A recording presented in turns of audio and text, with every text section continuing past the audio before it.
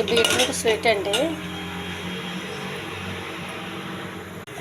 ఇది beetroot sweet అండి. ఇందులో నేను కొబ్బరి, జీడిపప్పు, కిస్మిస్ ఇవన్నీ వేసి బాగా ఉడికించుకున్నానండి.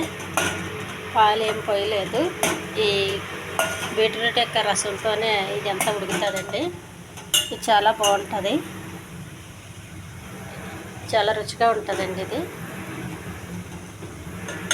చిన్నపిల్లలు కూడా చాలా ఇష్టంగా తింటారు. కొంచెం స్వీట్ కొద్దిగా నెయ్యి వేస్తే, వేసి వాళ్ళు వేస్తే వేయను, వద్దనుకుంటే వేసుకోకూడదు.